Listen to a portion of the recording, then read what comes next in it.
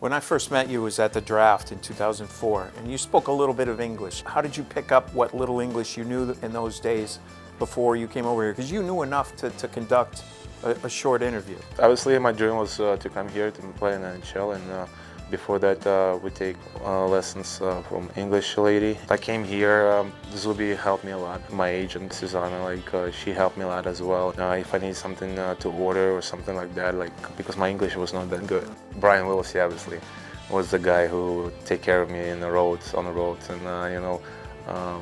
we watched the movies, watched TV, and I asked him what is this and how to translate this. When you look at Washington as a hockey town in this area and the landscape back then, I mean, you guys practiced at Piney Orchard. There weren't nearly as many people in the stands. And when you look at it now, what are your thoughts on how far this area has come? It's nice to be part of it. I remember my first practice at Piney Orchard, and was no one there. Okay, so this is it. This is NHL.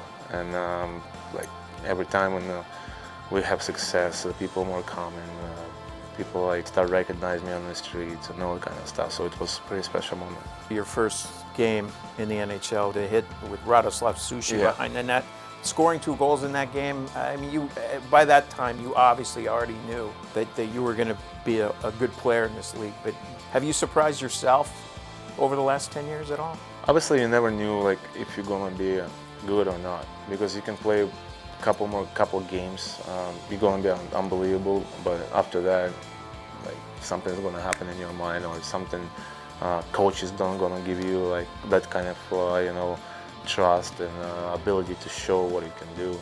And you can see how many players was good players right now they didn't play hockey because any situation it can be bad. First group of guys who I play with, I feel like they trust me, they respect me, and I knew right away I like to be part of this team and get success with this team. Was it frustrating at all for you to not be able to come over and play a couple months after you were drafted because of the lockout? No, obviously it was my decision to not come, and even if it was no lockout, I would still stay 1 more year in Russia to get more physical, more experience. When you're 17 or you're 18 years old, you want to make sure. You mentioned Brian Wilsey, you mentioned Dinah Zubris. You stayed with George McPhee for a while when you came over here as well. And since then, you've extended that same, you've had guys stay with you. You've reached out to especially a lot of the young Russian guys, even some who never even, like Viktor Dovgin and Dmitry Kugrashev, guys who never really landed here. How important is it for you to do that, to do and to extend the kindnesses that others extended to you and to help you get to where you are now? I remember when I was rookie, and I remember when I just came here, the help what I had from my teammates was something special, and I'm going to remember it for all my life. So I want to share my experience with young guys and obviously give them good advice. My first year, those days was unbelievable. Stay with George, don't know English, stay play with the kids and do all the kind of funny things with them. Go to the church, ride the bike with them. It was kind of a special moment.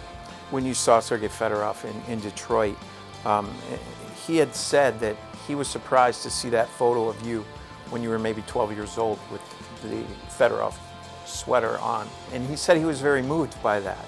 Why did you, during the years that he was your teammate, why did you not tell him about that? Did you just forget about it? Or? No, he asked me the same. Why didn't you tell me he was a fan of me? I said why I should tell you, because we're teammates. He was so professional. He was so great person, and obviously one of the great players to play in the NHL.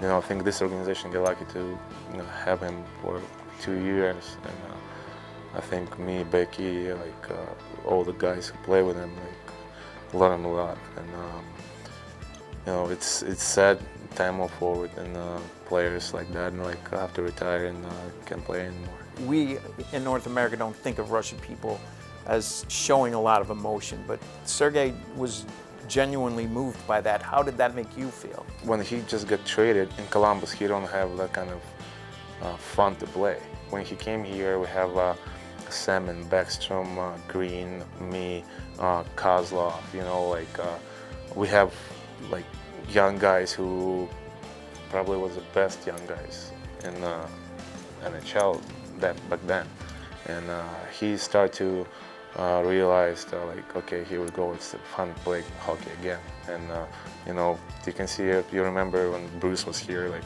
our system was, it doesn't matter how many you guys gonna score, we're gonna score more. And you know, if we down 4, we can easily score 5 goals in one period and win the game. And that was kind of success what we have influence from him too. We go all around North America, 30 different rinks, and everywhere we go, you see people wearing Capital sweaters with Ovechkin on the back. What does that mean to you, and is it interesting to think that someday one of those kids could be in the NHL and could be as big a star as you and Sergei were? Yeah, it's when you look at the stands and you can see the fans, you're proud first of all from yourself, from Ovechkin's name, but I'm pretty sure when your kid playing in NHL, the parents is very happy and very proud of that. Parents go to the stands and see their kid playing in NHL, and they see the jersey and his name. It's something special. When you think about where this team came from, for those first couple of years under Glenn Hanlon were difficult, and then when Bruce took over and then Fedorov came late in that season, you guys had that great run and you made the playoffs for the first time and the building was full and the atmosphere changed. You're largely responsible for that. How does that make you feel? I feel pretty good. It's been nice to be part of that success of this organization make, and it's nice to still be here. I think only me, Becky, and Brooksy was players who been in this position, and right now we are kind of leaders and veterans here.